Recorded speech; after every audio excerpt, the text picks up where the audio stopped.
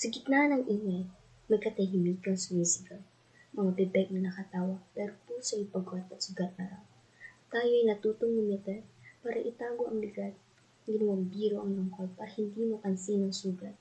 May mga salitang bitin, may mga luhang pilit, nilunok. May mga tanong sa isip na kailanman ay di nasagot. Sabi nila, okay lang yan. Paulit-ulit na kasinungalingan. Hanggang ang sakit ay naging normal, parang parte ng pangalan. Lumaki tayo sanay sa, is ka lang. At, kaya mo yan. Pero walang medalya ang pagdurusang walang hanggan. Tinuruan tayong manahimik, masyadong mag-ingay, kasi ang totoo raw ay delikado kapag masyadong matapang sigaw at sablay.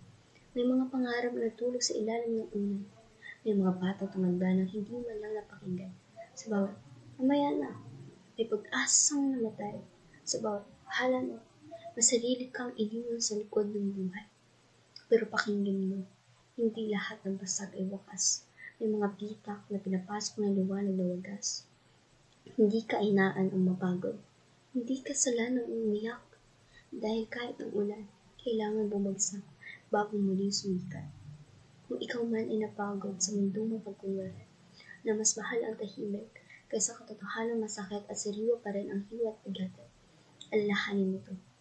Hindi ka nag-iisa sa dalang.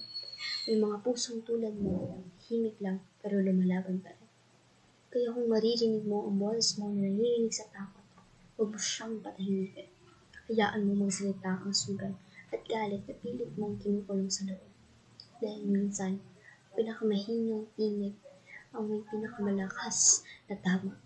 At ang totoo, kahit masakit, ang tanging paraan para tayo makalaya. At kung dumating ang sandaling mapagod ka ng umunawa, na paulit-ulit ka sinasabihang manahimik na lang muna, tandaan, ang mundo'y hindi nagbago ng bulong sa dilim, kundi ng mga tinig na piniling magsalita kahit nanginginig. Sa gitna ng ingay, huwag mong talikuran ang sarili, kahit mahina ang loob, kahit bumigat ang gabi. Hindi lahat ng tapang ay galit na sumisigaw. Minsan, ito'y paninindigang tahimik pero hindi umaatras. May mga araw na babalik ang takot na akala mo'y tapos na.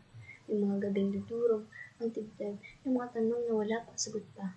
Pero ang tapang ay hindi kawalan ng pangamba. Ito'y ang pagpiling humakbang kahit nanginginig ang kaluluwa. Kung ang mundo'y sanay sa pikit at hindi pakikialam, ikaw ang paalala na may saysay pa rin ang pakiramdam. Kung katahimikan ang gusto nilang sagot, ikaw ang tinig na tumangging manatiling kulong. Dahil sa bawat katotohanang hinugot mula sa sugat, may pusong gumagaan, may takot na unting-unting nalalaglag. Sa bawat salitang binigkas, kahit walang katiyakan, may isa pang loob na natutong maniwala sa sariling lakas. Sa gitna ng ingay, may nanatili kang buo at totoo. Dahil ang tinig mo ang patunay na may pag-asa pa sa mundo. Na ang katotohanan, kahit masakit pakinggan, ay hindi dulo ng laban, kundi simula ng paggalan. Sa gitna ng ingay, huwag kang mawala. Dahil minsan, isang tinig lang ang kailangan para maalala ng mundo kung paano muling maging tao.